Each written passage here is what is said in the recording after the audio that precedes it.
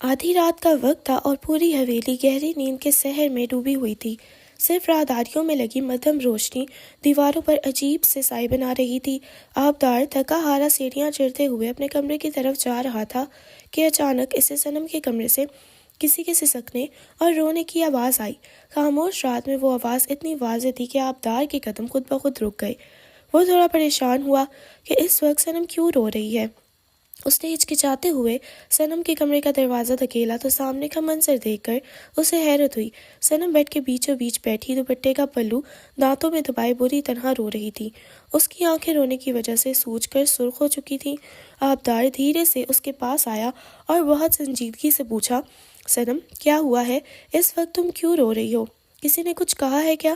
صنم نے آنسو بھری نظروں سے اسے دیکھا اور ہچکی لیتے ہوئے بولی، اماں نے مجھے بہت زور سے ڈانٹا ہے، سب کے سامنے مجھے جاہل اور بدتمیز کہا ہے۔ میں اتنی بھی بری نہیں ہوں جتنا اماں مجھے سمجھتی ہیں۔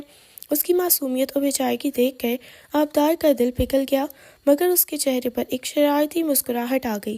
وہ بیڈ پر اس کے بالکل قریب بیٹھا اور ہنستے ہوئے بولا، بس اتنی سی بات؟ ارے پاگل، مائی تو بچوں کو ڈانٹتی ہی ہے، اس میں اتنا رونے والی کیا بات ہے؟ صنم نے منہ بسور کر اسے دیکھا تو آبدار نے اس کا موڈ بدلنے کے لیے لہجہ تھوڑا شوخ کر لیا اور اس کی آنکھوں میں جھانکتے ہوئے بولا، دیکھو صنم، آج تم اماں کی ڈانٹ پر رو رہی ہو، لیکن ذرا سوچو، جب ہمارا نکاح ہو جائے گا اور ہمارے 10 بچے ہوں گے، جب وہ تمہیں دن بھر تنگ کریں گے اور تم ان بچوں کے پیچھے لے کر بیلچی لے کر بھاگو گی، تب تم تو انہیں دیکھ ایسے ہی ڈانٹو گی نا۔ صنم یہ سن کر ہکا بکا رہ گئی اور ابھی وہ کچھ بولنے ہی والی تھی کہ آبدار نے ایک دم سے اسے بازو سے پکڑا اور کھینچ کر اپنی آغوش میں بٹھا لیا۔ صنم کی آنکھیں حیرت اور جھٹکے سے پھیل گئیں۔ وہ آبدار کی اس قربت اور اس کی باتوں پر بالکل ساکت ہو گئی۔ آبدار کے چہرے پر ایک عجیب سا سکون تھا، جبکہ صنم کا دل پسلیوں سے باہر آنے کو بےتاب تھا۔ اسے سمجھ نہیں آ رہا تھا کہ وہ آبدار کی اس بات پر شرمائے یا اسے دھکا دے دے۔ آبدار نے اس کے چہرے کے قریب جھک کر مدھم آواز میں کہا، 10 بچوں کو سنبھالنا کوئی آسان کام نہیں ہے صنم، اس لیے ابھی سے پریکٹس کر لو، اماں کی ڈانٹ تو بس شروعات ہے۔ صنم کا سانس حلق میں اٹک گیا اور اس کی ساری رونا دھونا کہیں غائب ہو گیا۔ وہ صرف آبدار کی گہری نظروں کے سحر میں جکڑی رہ گئی اور اسے اپنی دھڑکنیں اپنے کانوں میں سنائی دینے لگیں۔ صنم کی آنکھیں حیرت اور خوف کے مارے پھیل گئیں۔ اس نے بدحواسی میں آبدار کا شانہ ہلایا اور حلق کے بل چیخی، 10 بچے؟ آپ کا دماغ تو ٹھکانے ہے آبدار، بھلا ایک انسان کے 10 بچے کیسے ہو سکتے ہیں؟ آبدار، جو اسے صرف تپانے کے موڈ میں تھا، اس کی معصومیت اور گھبراہٹ دیکھ کر مزید شیپ آ گیا۔ اس نے صنم کی کمر کے گرد اپنی گرفت مزید مضبوط کی اور اس کے کان کے قریب جھک کر شرارت سے سرگوشی کی، ہاں کیوں نہیں، میں تم سے 10 بچے ایک ساتھ پیدا کرواؤں گا۔ حویلی میں ہر طرف بس ہماری ہی فوج ہوگی اور تم دن رات ان کے پیچھے بھاگتی پھرو گی۔ صنم، جو پہلے ہی اماں کی ڈانٹ سے نڈھال تھی، اس نئی مصیبت کا سوچ کر واقعی ڈر گئی۔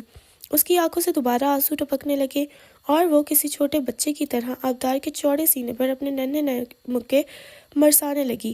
آپ بہت بہت برے ہیں آبدار، میں اتنے بچے پیدا نہیں کروں گی، میں مر جاؤں گی، مجھے چھوڑیں۔ آبدار کی اس پھوڑ پن والی حرکت اور معصومانہ غصے پر بے اختیار ہنس پڑا۔ اس نے صنم کے دونوں ہاتھ ایک ہی ہاتھ میں جکڑے اور اسے تھوڑا ساکن کیا۔ اس کی ہنسی اب ایک مدھم سی مسکراہٹ میں بدل گئی تھی اور نظروں میں وہ شرارت اب گہری سنجیدگی کا روپ دھار رہی تھی۔ اس نے پیار سے اس کے گال سے آنسو صاف کیے اور دھیمے لہجے میں بولا، پاگل لڑکی، میں تو بس مذاق کر رہا تھا، تم تو ہر بات کو دل پر لے لیتی ہو۔ صنم نے ہچکی لیتے ہوئے اسے دیکھا تو اسے آبدار کی آنکھوں میں آج پہلی بار اپنے لیے ایک انوکھی تپش اور اپنائیت نظر آئی۔ وہ دونوں چچا زادے اور ان کا نکاح ایک خاندانی مجبوری کے تحت ہوا تھا، جسے ان دونوں نے اب تک صرف ایک کاغذ کا ٹکڑا ہی سمجھا تھا۔ مگر آج اس خاموش رات میں بھی صنم کا بکھرا ہوا سراپا اور اس کی قربت آبدار کے اندر کے جذبات کو بیدار کر رہی تھی۔ آبدار کا دل کر رہا تھا کہ اس مجبوری کے نکاح کو آج واقعی ایک حقیقت بنا دے اور صنم کو ہمیشہ کے لیے اپنی آغوش میں محفوظ کر لے۔ اس نے صنم کے ماتھے پر اپنے لب رکھے تو صنم کا پورا وجود جیسے بجلی کے کرنٹ سے لرز گیا اور وہ کچھ بولنے کے قابل نہ رہی۔ آبدار نے جیسے ہی صنم کے وجود کی حدت اور اپنی بڑھتی ہوئی بے خودی کو محسوس کیا، وہ ایک دم خاموش میں ہو گیا اور ہوش میں آیا۔ اور خود کو اس کے سحر سے چھڑاتے ہوئے بنا کچھ کہے تیزی سے اپنے کمرے کی طرف بڑھ گیا۔ کمرے میں آتے ہی اس نے شاور کھول دیا اور ٹھنڈے پانی کے نیچے کھڑا ہو گیا تاکہ اپنے اعصاب کو پرسکون کر سکے، مگر پانی کی ہر بوند کے ساتھ اسے صنم کا وہ روتا ہوا چہرہ، اس کی معصومیت اور اس کے سینے پر پڑنے والے وہ ننھے مکے یاد آ رہے تھے۔ وہ حیران تھا کہ وہ ضدی اور پھوڑ سی لڑکی اس کے دل کے تار کیسے چھیڑ گئی۔ اس نے آنکھیں بند کی تو اسے صنم کی وہی حیرت زدہ بڑی بڑی آنکھیں نظر آنے لگی اور وہ مسکرا کر رہ گیا۔ دوسری طرف صنم کا حال برا تھا۔ وہ جلے پیر کی بلی کی مانند پورے کمرے میں ٹہل رہی تھی۔ اس کے دماغ میں بس آبدار کی وہی بات ہتھوڑے کی طرح بج رہی تھی کہ 10 بچے ایک ساتھ پیدا ہوں گے۔ وہ اپنی جگہ اتنی پریشان تھی کہ اسے نیند آنا تو دور کی بات، سانس لینا بھی مشکل لگ رہا تھا۔ آخرکار اس سے رہا نہ گیا اور وہ دبے قدموں اپنی کزن نائلہ کے کمرے میں پہنچ گئی اور اسے جھنجھوڑ کر نیند سے بیدار کر دیا۔ نائلہ نے ہڑبڑا کر آنکھیں کھولی تو سامنے صنم کو اس حال میں دیکھ کر ڈر گئی۔ صنم، خیریت تو ہے؟ آدھی رات کو یہاں کیا کر رہی ہو؟ صنم نے بنا کسی تمہید کے ایک دم سنجیدگی سے سوال داغا۔ نائلہ، مجھے سچ سچ بتاؤ، کیا ایک عورت واقعی 10 بچے پیدا کر سکتی ہے؟ کیا یہ ممکن ہے؟ نائلہ جو پہلے ہی نیند میں تھی، صنم کا یہ عجیب و غریب اور جاہلانہ سوال سن کر پہلے تو ہکا بکا رہ گئی، مگر پھر اسے صورتحال کے سمجھ آنے لگی۔ اسے یقین ہو گیا کہ اس کے سنجیدہ مزاج اور خڑوس بھائی آبدار نے صنم کی معصومیت کا فائدہ اٹھا کر اسے بہت بری طرح ڈرا دیا ہے۔ نائلہ کے لبوں پر ایک شریر مسکراہٹ آئی۔ اس نے سوچا کہ کیوں نہ اس بہکتی گنگا میں وہ بھی ہاتھ دھو لے اور صنم کو تھوڑا اور تپائے۔ اس نے بڑی سنجیدگی سے اپنا چہرہ بنایا اور صنم کا ہاتھ تھام کر بولی، ہاں صنم، کیوں نہیں کر سکتی؟ بلکہ اب تو ایک سائنس نے اتنی ترقی کر لی ہے کہ 10 کیا 12 بچے بھی ایک ساتھ ہو سکتے ہیں، بس ہمت ہونی چاہیے۔ یہ سننا تھا کہ صنم کے پیروں تلے سے زمین نکل گئی، اس کا رنگ پیلا پڑ گیا اور وہ وہیں سر پکڑ کر بیٹھ گئی۔ ہائے اللہ، میں تو لٹ گئی، میں تو برباد ہو گئی۔ نائلہ نے تکیے میں منہ دے کر اپنی سانس اور ہنسی دبانے کی کوشش کی، جبکہ صنم اپنی قسمت کو رونے کے لیے تیار بیٹھی تھی۔ اگلی صبح ناشتے کی میز پر حویلی کے تمام بڑے اور چھوٹے جمع تھے۔ پراٹھوں کی خوشبو اور چائے کی پیالیوں کے بیچ ایک خاموش سکون تھا جو صنم کے ایک جملے سے طوفان میں بدلنے والا تھا۔ صنم، جو رات بھر سوئی نہیں تھی، لال چوکا چہرے لیے بی جان کے برابر میں بیٹھی تھی۔ اچانک اس نے اپنا نوالا پلیٹ میں پٹخا اور بی جان کا ہاتھ پکڑ کر اونچی آواز میں بولی، بی جان، بس بہت ہو گیا۔ آپ نے بچپن میں میرا نکاح اس ظالم جلاد اور کھڑوس پوتے سے کروایا تھا نا، اب بس، ابھی کے ابھی میری طلاق کروائیں اس سے، مجھے نہیں رہنا اس کے ساتھ۔ بی جان کے ہاتھ سے چائے کا کپ چھوٹتے چھوٹتے بچا اور میز پر موجود سب لوگ ساکت رہ گئے۔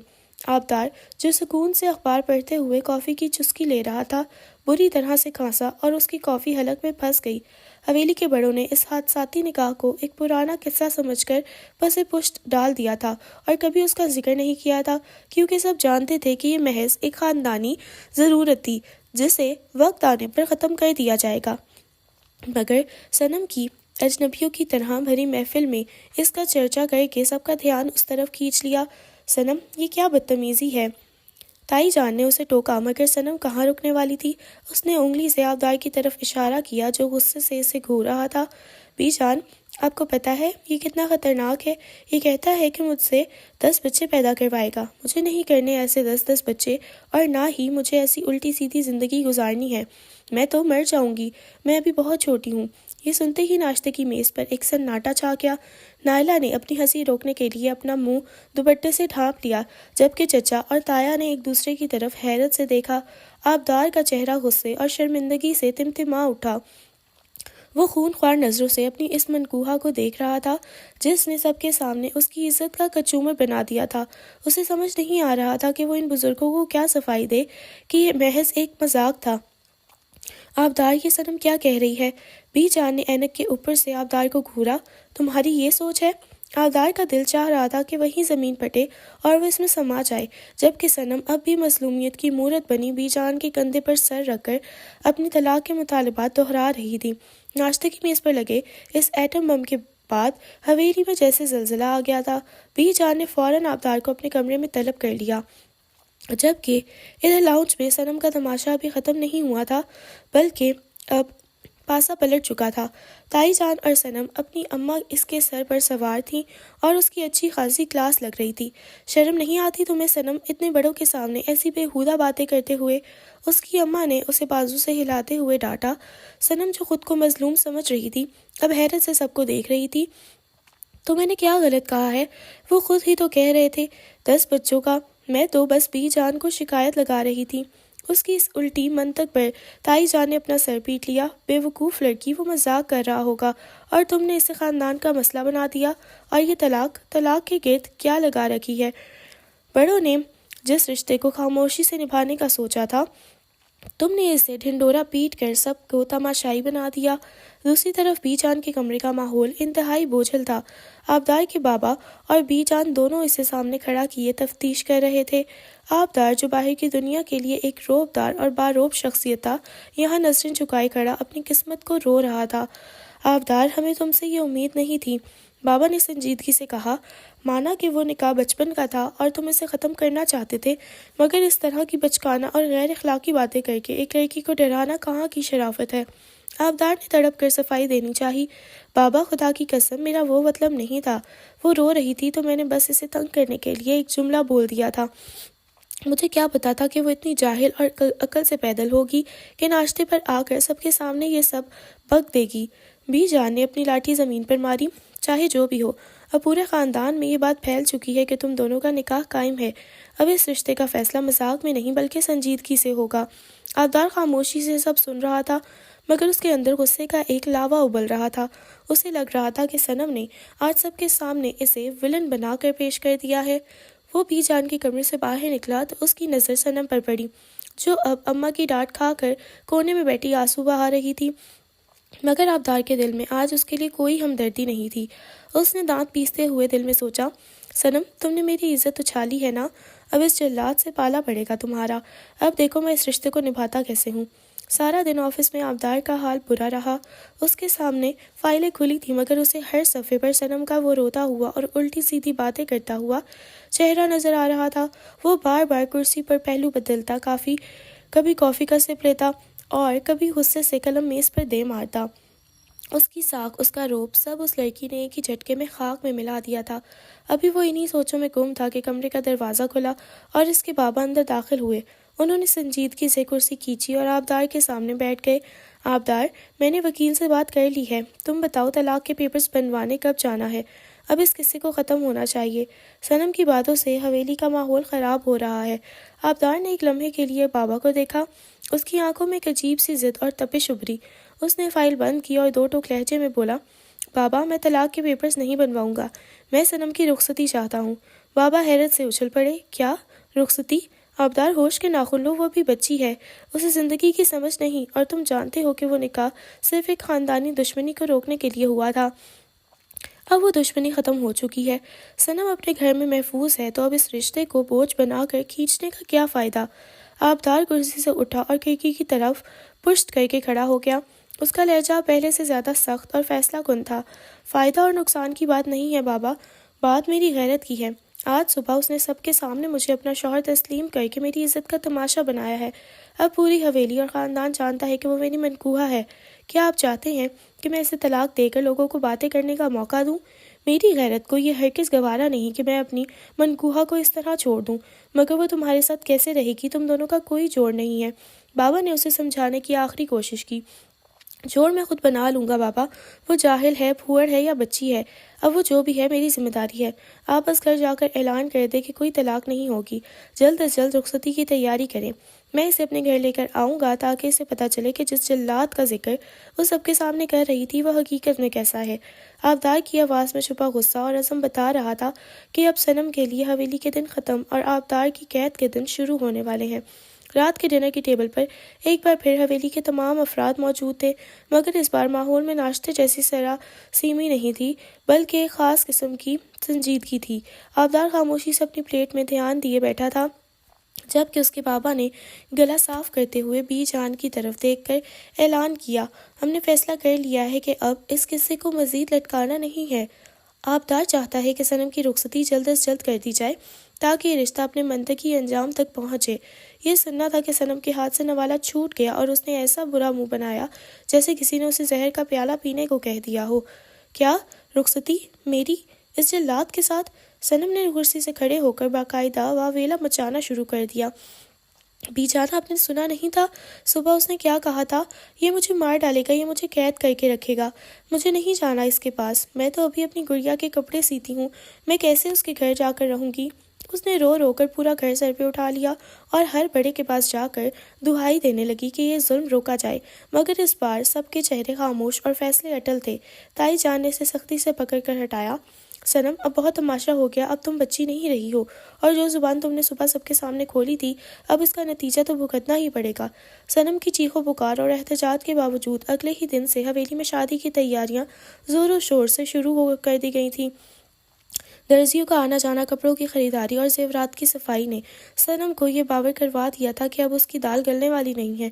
وہ جہاں سے گزرتی سے ڈھولک کی تھاپ اور خوشیوں کے گیت سنائی دیتے جو اسے کسی ماتم سے کم نہ لگتے، جبکہ دوسری طرف آبدار اسے دیکھ کر ایک فاتحانہ مسکراہٹ کے ساتھ گزر جاتا، جیسے وہ اسے بتا رہا ہو کہ اس نے اپنی قید کا انتظام خود اپنے ہاتھوں سے کیا ہے۔ باہر صحن میں ڈھولک کی تھاپ اور عورتوں کے گیتوں کی آوازیں گونج رہی تھیں۔ پورا گھر روشنیوں سے جگمگا رہا تھا، مگر آبدار اپنے کمرے کی بالکنی میں کھڑا اس شور سے دور خاموشی میں کہیں کھویا ہوا تھا۔ اچانک دروازہ کھلا اور صنم مہندی کے پیلے جوڑے میں ملبوس، ہاتھوں اور پیروں پر گہری مہندی لگائے کمرے میں داخل ہوئی۔ اس کی آنکھیں رو رو کر سوج چکی تھیں اور ناک غصے سے لال ہو رہی تھی۔ وہ آبدار کے سامنے آ کر کھڑی ہو گئی اور سسکیاں لیتے ہوئے بولی، آبدار پلیز یہ سب رکوا دیں، مجھے آپ سے شادی نہیں کرنی، میں مر جاؤں گی پر آپ کے ساتھ نہیں رہوں گی، آپ بہت برے ہیں۔ آبدار نے پلٹ کر اسے دیکھا۔ مہندی کے رنگ اور پیلے جوڑے میں وہ اسے پہلی بار بہت معصوم اور پیاری لگی۔ اس کے دل میں پہلی بار صنم کے لیے ایک نرمی ابھری تھی۔ اس نے آگے بڑھ کر صنم کے لرزتے ہوئے شانوں کو تھاما اور اسے اپنے قریب کر کے بہت دھیمی اور نرم لہجے میں بولا، کچھ نہیں ہوتا صنم، اتنا ڈرو مت، میں یہ سب تمہیں تنگ کرنے کے لیے نہیں بلکہ تمہاری حفاظت کے لیے کر رہا ہوں۔ تم میری منکوحہ ہو، میری عزت ہو، میں تمہیں کبھی کوئی تکلیف نہیں پہنچنے دوں گا۔ صنم نے ایک لمحے کے لیے اس کی آنکھوں میں جھانکا جہاں سچائی تھی، مگر اس کا پھوڑ پن اور الٹی عقل اس پر غالب آ گئی۔ اس نے ایک زوردار جھٹکے سے اس کا ہاتھ جھٹک دیا اور وہیں اول فول بکنا شروع کر دیا۔ ہوں، بڑی آئی حفاظت کرنے والا، آپ کو کیا لگتا ہے میں بے وقوف ہوں؟ آپ نے اس لیے رخصتی کروائی ہے تاکہ آپ مجھ سے دن بھر کپڑے دھلوائیں، برتن منجوائیں اور پھر رات کو وہ 10 بچوں والا اپنا وہ خوفناک پلان پورا کر سکیں۔ آپ ایک نمبر کے فریبی اور جلاد انسان ہیں، میں تو آپ کی شکل بھی نہیں دیکھنا چاہتی۔ آبدار کی وہ تمام نرمی ایک پل بھر میں غائب ہو گئی اور ماتھے پر غصے کی رگیں تن گئی۔ اس نے دانت پیستے ہوئے صنم کا بازو اتنی سختی سے جکڑا کہ اس کی چیخ نکلتے نکلتے رہ گئی۔ اس نے صنم کے چہرے پہ بالکل قریب ہو کر سرد لہجے میں کہا، بہت شوق ہے نا تمہیں بکواس کرنے کا؟ ٹھیک ہے، کل رخصتی کے بعد تم نے میرے پاس ہی آنا ہے صنم۔ یہ جو تمہارے اندر بچپن بھرا ہوا ہے نا، اور یہ جو تمہاری زبان کینچی کی طرح چلتی ہے، کل رات میں تمہارا یہ سارا بچپن نکال دوں گا۔ کل کے بعد تم بولنا تو دور میری طرف دیکھنے کی ہمت بھی نہیں کر سکو گی۔ صنم کی اس کی وحشت ناک آنکھوں کو دیکھ کر وہیں ساکت رہ گئی۔ اسے سمجھ آ گیا تھا کہ اس نے غلط وقت پر غلط بات کر کے شیر کو چھیڑ دیا ہے۔ رخصتی کا دن آ چکا تھا، حویلی کے در و دیوار پھولوں کی خوشبو سے مہک رہے تھے، مگر صنم کے دل میں جیسے خوف کے سائے رقص کر رہے تھے۔ لال جوڑے میں لپٹی بھاری زیورات تلے دبی وہ کسی گڑیا کی طرح سجی ہوئی تھی، مگر اس کی پلکیں آنسوؤں سے بوجھل تھیں۔ دوسری طرف آبدار سیاہ شیروانی میں ملبوس انتہائی پروقار مگر سنجیدہ نظر آ رہا تھا۔ اس کی آنکھوں میں ایک ایسی چمک تھی جو صرف وہ خود جانتا تھا کہ وہ صنم کو اس کی تمام گستاخیوں کا حساب برابر کرنے کے لیے تیار ہے۔ رات کے آخری پہر جب رخصتی کی تمام رسمیں ختم ہوئیں اور صنم کو آبدار کے مخصوص کمرے میں لایا گیا تو کمرے کی خاموشی صنم کو ڈرانے لگی۔ کمرہ گلابوں سے مہکا ہوا تھا، مگر صنم کو ایسا لگا جیسے وہ کسی قید خانے میں آ گئی ہو۔ تھوڑی ہی دیر میں وہ دروازے کے چرچرانے کی آواز آئی اور آبدار اندر داخل ہوا۔ اس نے دروازہ بند کر کے کنڈی لگائی تو صنم کا دل ایک زوردار دھک سے رہ گیا۔ آبدار سکون سے چلتا ہوا اس کے سامنے آ کر کھڑا ہو گیا۔ صنم نے گھونگھٹ کے پیچھے سے اسے دیکھا تو وہ کسی کے جلاد سے کم نہ لگا۔ تو آخرکار تم میرے حصار میں آ ہی گئی۔ آبدار کی آواز میں ایک مخملی رعب تھا۔ اس نے جھک کر صنم کا گھونگھٹ الٹا تو صنم کی بھیگی آنکھیں اس کے سامنے تھیں۔ اب بولو صنم، اب تمہاری وہ لمبی زبان کہاں گئی؟ اب کیوں نہیں کہتی کہ میں جلاد ہوں؟ صنم نے ڈرتے ڈرتے ہمت جمع کی اور روتے ہوئے بولی، آپ مجھے یہاں کیوں لائے ہیں؟ میں نے کہا تھا نا کہ مجھے آپ کے ساتھ نہیں رہنا، آپ نے زبردستی یہ سب کیا ہے۔ آبدار نے ایک زوردار قہقہہ لگایا اور اس کے بالکل قریب بیڈ پر بیٹھ گیا، یہاں تک کہ صنم کو اس کے وجود کی حدت محسوس ہونے لگی۔ زبردستی؟ صنم، نکاح ہمارا برسوں پہلے ہوا تھا، میں نے تو بس اپنی امانت کو اس کے اصل ٹھکانے پر پہنچایا ہے، اور رہی بات تمہارے ان وہموں کی، اس نے صنم کی تھوڑی پکڑ کر اس کا رخ اپنی طرف کیا، تمہارا وہ 10 بچوں والا خوف ابھی تک گیا نہیں؟ صنم کا چہرہ اور غصے سے لال ہو گیا۔ چھوڑیں مجھے، آپ بہت بدتمیز ہیں۔ اس نے پیچھے ہٹنے کی کوشش کی مگر آبدار نے ایک ہی جھٹکے سے اسے اپنی آغوش میں کھینچ لیا۔ صنم اس کے چوڑے سینے سے جا لگی، اس کی سانسیں اس کے لبوں کے اتنے قریب تھیں کہ صنم کو اپنا دم گھٹتا ہوا محسوس ہوا۔ بدتمیز؟ ابھی تو میں نے بدتمیزی شروع ہی نہیں کی صنم۔ آبدار کا لہجہ اب انتہائی رومانوی اور گہرا ہو گیا تھا۔ اس نے صنم کے کان کے پاس جھک کر سرگوشی کی، تم نے سب کے سامنے میری عزت اچھالی تھی نا، اب اس کی قیمت تو چکانی پڑے گی۔ تم کہتی تھی کہ تمہارا بچپن نکال دوں گا، ہاں، آج رات میں تمہیں بتاؤں گا کہ ایک مرد اپنی منکوہہ سے محبت کیسے کرتا ہے۔ صنم کی آنکھیں حیرت سے پھیل گئیں، وہ غصے سے اسے مکے مارنے لگی۔ آپ ایسا کچھ نہیں کریں گے، میں شور مچا دوں گی۔ آبدار نے اس کے دونوں ہاتھ ایک ہی ہاتھ میں جکڑ کر اسے بیڈ پر نیم دراز کر دیا اور اس کے اوپر جھکتے ہوئے بڑی محبت سے بولا، شور مچا کر دیکھ لو، آج اس کمرے کی دیواریں بھی میری گواہ ہیں۔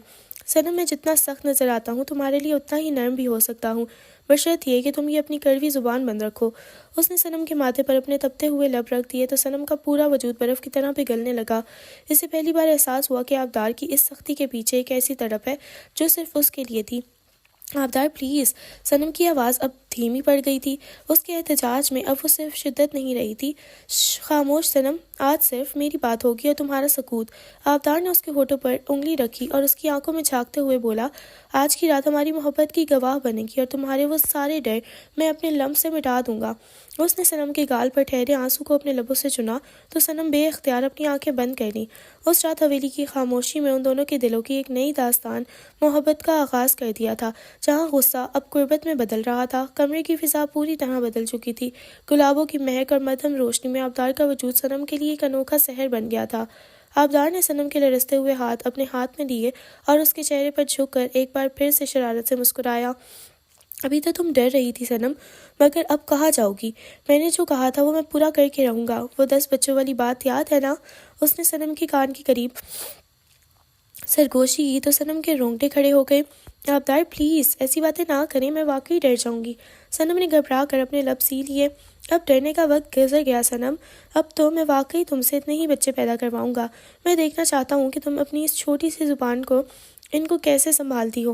اس نے صنم کو اپنی گرفت میں مزید کھینچ لیا، اس کی نظروں میں ایک فاتحانہ چمک تھی اور وہ صنم کے ماتھے کو چومنے ہی والا تھا کہ اچانک حویلی کا پرسکون ماحول ایک زوردار دھماکے اور چیخو پکار سے لرز اٹھا۔ باہر سے فائرنگ کی آوازیں اور پہرے داروں کے شور نے کمرے کے رومانوی فضا کو پل بھر میں تہس نہس کر دیا۔ صنم خوف سے اچھل پڑی اور آبدار کے سینے سے لگ گئی۔ آبدار نے فوراً چوکنا ہوتے ہوئے صنم کو بیڈ پر پیچھے کیا اور اپنی پستول نکالی۔ باہر صحن میں ایک عجیب ہنگامہ برپا تھا۔ جیسے ہی آبدار صنم کو کمرے میں لاک کر کے باہر نکلا، اس نے دیکھا کہ حویلی کے مرکزی دروازے پر کچھ خون خوار نقاب پوش کھڑے تھے اور ان کے درمیان ایک ادھیڑ عمر مگر روبدار آدمی کھڑا تھا جس کی آنکھوں میں انتقام کی آگ دہک رہی تھی۔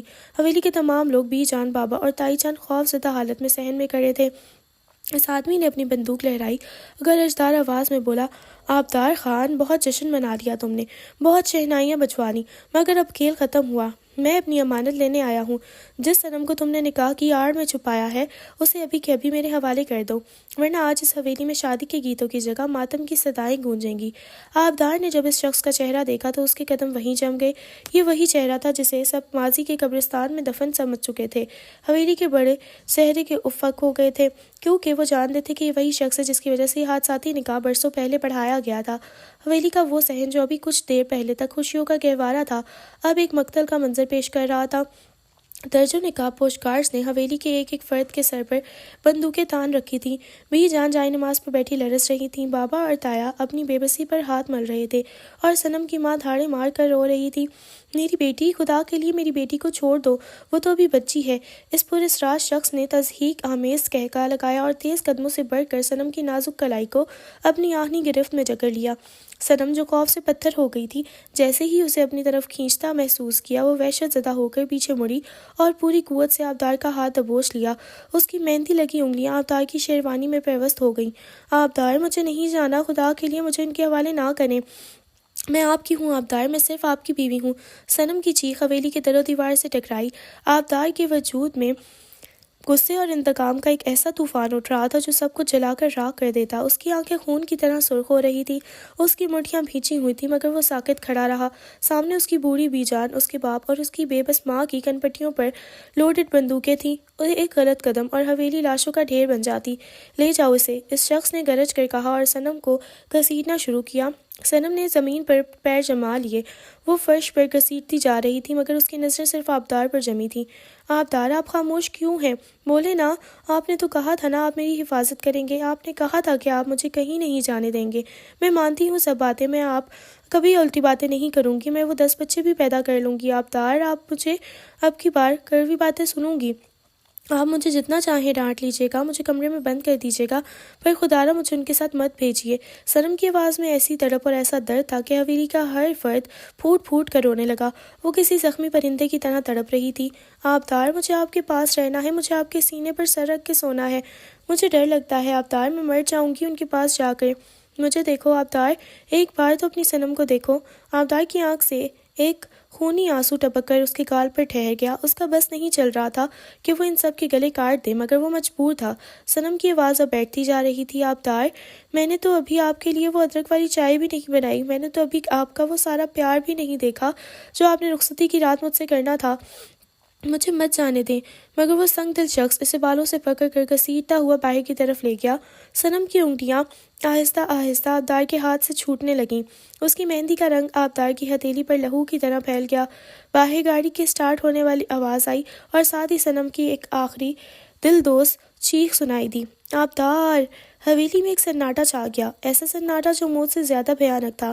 آبدار وہیں گھٹنوں کے بل زمین پر گر گیا اور اس کا ہاتھ ابھی تک اسی طرح پھیلا ہوا تھا جیسے وہ ابھی صنم کی کلائی تھامنے کی کوشش کر رہا ہو۔ اس کی منگوہا، اس کی صنم، اس کی وہ پھوڑ لڑکی جو ابھی چند لمحے پہلے اس سے زندگی مانگ رہی تھی، اب اس کی پہنچ سے بہت دور جا چکی تھی۔ آپ کی بات اب بالکل واضح ہو گئی ہے، کہانی کی تہیں اب کھل کر سامنے آئی ہیں کہ یہ دشمنی کتنی پرانی اور گہری ہے۔ حویلی کی اس لہو رنگ صحن میں آبدار کی آواز کسی کوڑے پر برس رہی تھی۔ اس نے اپنے باپ کے سامنے آ کر ایک طنزیہ کہکا لگایا، ایسا کہکا جس میں سینکڑوں زخم چھپے تھے۔ پھر وہ اپنی چچی کی طرف مڑا جو اپنی بیٹی کے چھن جانے پر نیم پاگل سی ہو رہی تھی۔ آبدار ان کے قریب جھکا، اس کی آنکھوں میں لہو اترا ہوا تھا۔ وہ غصے سے دبتے لہجے میں بولا، فرق پڑا؟ دیکھا آپ نے، وہ لے گیا آپ کی بیٹی کو، آپ کا وہ سابقہ شوہر جس کے سائے سے بچنے کے لیے آپ اس حویلی کی پناہ میں آئی تھی۔ اس نے اپنے باپ کی طرف مڑ کر دیکھا جو سر جھکائے مجرموں کی طرح کھڑے تھے۔ اور آپ بابا، آپ نے تو بڑے دعوے کیے تھے، بڑے وعدے بانٹے تھے۔ جب آپ میرے چچا کو اس عورت سے شادی کی اجازت دے رہے تھے تو کیا وعدہ کیا تھا چچا سے؟ یہی نہ کہ آپ اس عورت کی پہلی بیٹی کو اس درندے باپ سے بچا کر رکھیں گے۔ آپ نے کہا تھا کہ اس گھر کی دیواریں صنم کے لیے قلعہ بن جائیں گی۔ آج کہاں گیا وہ قلعہ؟ کہاں گئے وہ وعدے؟ آبدار کا سینہ دھکرنی کی طرح چل رہا تھا۔ اس کی چچی نے سسکتے ہوئے ہاتھ جوڑے، مگر آبدار کا دل اس وقت پتھر ہو چکا تھا۔ چاچو نے تو اپنی محبت میں ایک ایسی بیٹی کو سینے سے لگایا جو ان کی اپنی نہیں تھی، اس امید پر کہ ان کا بھائی اس معصوم کی ڈھال بنے گا، مگر آج اسی حویلی کے صحن سے آپ اس سب کی بزدلی کے سائے میں وہ شخص اپنی بیٹی چھین کر لے گیا اور آپ لوگ صرف اپنی جانیں بچاتے رہ گئے۔ اسے صنم کی وہ آخری چیخیں یاد آئیں، اس کا وہ تڑپنا کہ میں وہ 10 بچے بھی پیدا کر لوں گی، اس کا وہ آبدار کے سینے میں پناہ ڈھونڈنا۔ یہ سب یاد کر کے آبدار کے اندر ایک آگ سی لگ گئی۔ وہ مجھ سے پناہ مانگ رہی تھی، وہ اپنی زندگی کی بھیک مانگ رہی تھی، میرے ہاتھوں میں دے رہی تھی، اور میں کھڑا تماشا دیکھتا رہا کیونکہ میرے اپنوں کی کنپٹیوں پر بندوقیں تھیں۔ اس نے آخری نظر حقارت پر سب سے ڈالی، اور آج کے بعد اس حویلی میں میرا کوئی رشتہ نہیں جب تک میں اسے واپس نہیں لاتا، میں اس چوکھٹ پر قدم نہیں رکھوں گا۔ وہ مڑا اور تیز قدموں سے باہر کی طرف نکل گیا۔ پیچھے مڑ کر دیکھنے کی ضرورت اسے محسوس نہیں ہوئی۔ اس کے ذہن میں صرف ایک ہی نقشہ تھا، ایک ہی رخ تھا۔ وہ جانتا تھا کہ وہ درندہ صنم کو کہاں لے کے گیا ہوگا۔ اب نہ کوئی معاہدہ تھا، نہ کوئی شرافت، اب صرف جنگ تھی، وہ جنگ جو آبدار اب اکیلا لڑنے والا تھا۔ ایک تاریک اور سرد کمرے میں صنم کو قید کر دیا گیا، جہاں کی دیواریں بھی اسے کاٹنے کو دوڑ رہی تھیں۔ کمرے کا بھاری بھرکم دروازہ ایک کرناک آواز کے ساتھ کھلا اور دلاور خان اندر داخل ہوا۔ صنم جو کونے میں سمٹی سسکیاں لے رہی تھی، اسے دیکھتے ہی پاگلوں کی طرح دوڑی اور اپنے باپ کے قدموں میں گر گئی۔ اس کے دلاور کے پیروں کو پر اپنے آنسوؤں سے بھگو دیا اور تڑپ کر بولی، بابا خدا کے لیے ایسا نہ کریں، میں آپ کی اپنی بیٹی ہوں نا، آپ نے آج آپ کے پاس ہوتی تب بھی تو آپ نے میری شادی کرنی تھی نا بابا، اگر آپ کے دل میں میرے لیے ذرا سی بھی محبت باقی ہے تو مجھے آبدار کے پاس چھوڑ آئیں، میرا دم گھٹ رہا ہے بابا، میرا دل بند ہو رہا ہے، مجھے میرے محرم سے دور مت کریں۔ صنم کی ہچکیاں بند گئی تھیں، اس نے دلاور کا دامن تھام کر اپنا دل چاک کر کے اس کے سامنے رکھ دیا۔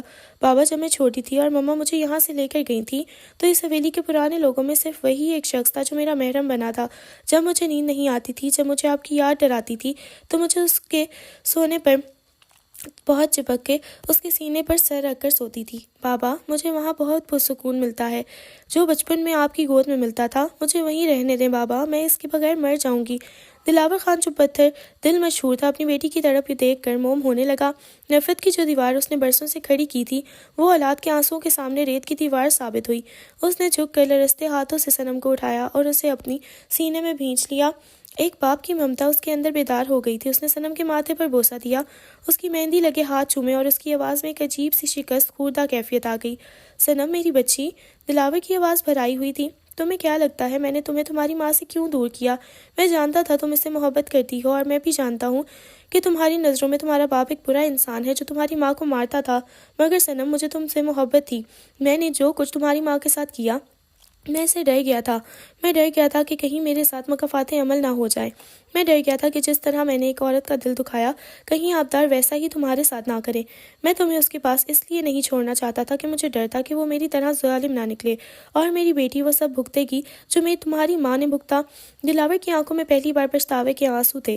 وہ صنم کے بالوں کو سہلاتے ہوئے سے یقین دلانے لگا کہ اس کی سختی کے پیچھے ایک باپ کا خوف چھپا ہوا تھا۔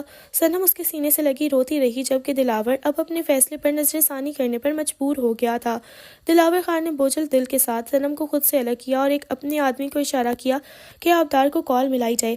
جب رابطہ ہوا تو دلاور کے لہجے میں وہی پرانی سختی اور گرج واپس آ گئی، مگر اس بار اس میں ایک باپ کی فکر بھی شامل تھی۔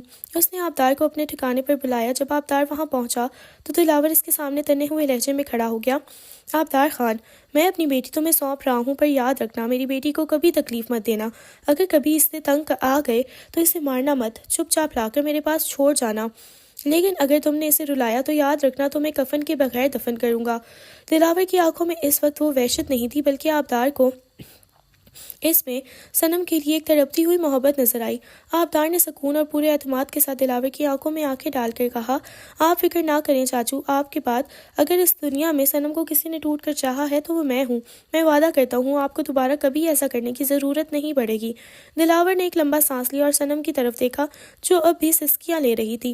اگر صنم رو رو کر تمہارا نام نہ لیتی، اگر وہ مجھے تمہاری محبت کا یقین نہ دلاتی تو میں اسے کبھی واپس نہ بھیجتا، مگر وہ تم سے بے انتہا محبت کرتی ہے اور میں اپنی بیٹی کی خوشی کے آگے ہار گیا ہوں۔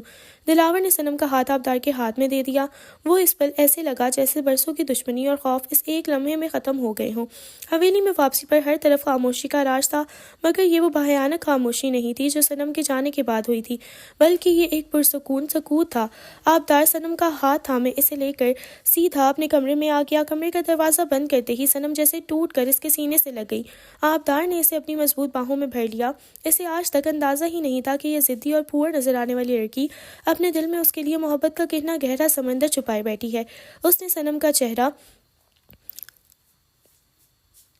اپنے ہاتھوں کے پیالے میں بھرا اور اس کی سرخ آنکھوں میں دیکھتے ہوئے بہت دھیمے لہجے میں پوچھا، صنم سچ بتاؤ، تم نے بابا سے وہ سب سچ کہا تھا کہ تم میرے سونے کے بعد میرے سینے پر سر رکھ کر سوتی تھی؟ تمہیں مجھ سے اتنی محبت کب سے ہو گئی اور مجھے خبر تک نہ ہوئی؟ صنم نے شرم سے اپنی پلکیں جھکا لیں اور اس کی شیروانی کے بٹنوں سے کھیلتے ہوئے سرگوشی کی، جس دن آپ نے میرے لیے پہلی بار سب کے سامنے سٹینڈ لیا تھا، اسی دن سے میں نے آپ کو اپنا سب کچھ مان لیا تھا۔ آپ کو لگتا تھا میں جاہل ہوں، میں بدتمیز ہوں، مگر میں صرف آپ کی توجہ چاہتی تھی۔ آبدار، میں ڈرتی تھی کہ اگر میں نے اپنی محبت کا اظہار کر دیا تو آپ مجھے کمزور سمجھیں گے۔ آبدار کے لبوں پر ایک دلکش مسکراہٹ آئی۔ اس نے صنم کو اٹھا کر بیڈ پر بٹھایا اور اور خود اس کے قدموں میں فرش پر بیٹھ گیا۔ تمہیں پتہ ہے صنم، جب وہ تمہیں گھسیٹ کر لے جا رہا تھا تو مجھے ایسا لگا جیسے کوئی میرا دل سینے سے نکال کر لے گیا ہو۔ میں نے کبھی سوچا بھی نہیں تھا کہ تمہاری یہ شرارتیں میری زندگی کا اتنا اہم حصہ بن چکی ہیں۔ اس نے صنم کی مہندی لگے ہاتھوں کو چوما۔ اور وہ جو تم نے کہا تھا کہ تم 10 بچے بھی پیدا کر لو گی، کیا وہ بھی سچ تھا؟ آبدار نے شرارت سے پوچھا تو صنم کا چہرہ ایک دم ٹمٹما اٹھا۔ صنم نے اس کے کندھے پر ایک ہلکا سا مکہ مارا۔ آپ ابھی بھی باز نہیں آئیں گے؟ میں نے تو صرف بابا کا دل پگلانے کے لیے کہا تھا۔ اچھا؟ آبدار ایک دم اچھل کر اس کے برابر بیڈ پر بیٹھا اور اسے اپنی غربت کے حصار میں لیتے ہوئے بولا، مگر میں نے تو اسے بہت سنجیدگی سے لے لیا ہے۔ اب تو میں تمہیں کہیں جانے نہیں دوں گا۔ اب اس حویلی میں صرف اور صرف ہماری محبت کا ہی راج ہوگا۔ اور ہاں، وہ 10 بچوں والی بات پر میں آج سے ہی کام شروع کرنے والا ہوں۔ صنم نے شرما کر اپنا چہرہ آبدار کے چوڑے سینے میں چھپا لیا۔ آبدار نے اس کے بالوں میں اپنی انگلیاں پوری اور اس کے کان میں سرگوشی کی۔ صنم، تم میری وہ خوشی ہو جسے میں نے کھو کر پایا ہے۔ آج کی رات ہماری زندگی کی وہ نئی شروعات ہے جہاں نہ کوئی ڈر ہے اور نہ کوئی دشمنی۔ آج صرف میں ہوں اور تم ہو۔ ہمارے کمرے میں لگی ہوئی مدھم روشنی ان دونوں کے سایوں کو دیوار پر ایک کر رہی تھی۔ صنم کو واقعی وہی سکون محسوس ہو رہا تھا جس کا ذکر اس نے اپنے باپ سے کیا تھا۔ اس نے آبدار کی گرفت میں خود کو محفوظ پایا۔ اس رات حویلی کی فضاؤں میں صرف محبت کی خوشبو تھی اور وہ نکاح جو ایک حادثہ سمجھا جاتا تھا آج ان دونوں کی روح کا اٹوٹ بندھن بن چکا تھا۔ آبدار نے آہستہ سے لیمپ گل کیا اور اندھیرے میں بھی صنم کی دھڑکنیں اسے صاف سنائی دے رہی تھیں جو اب ہمیشہ کے لیے اس کے نام ہو چکی تھیں۔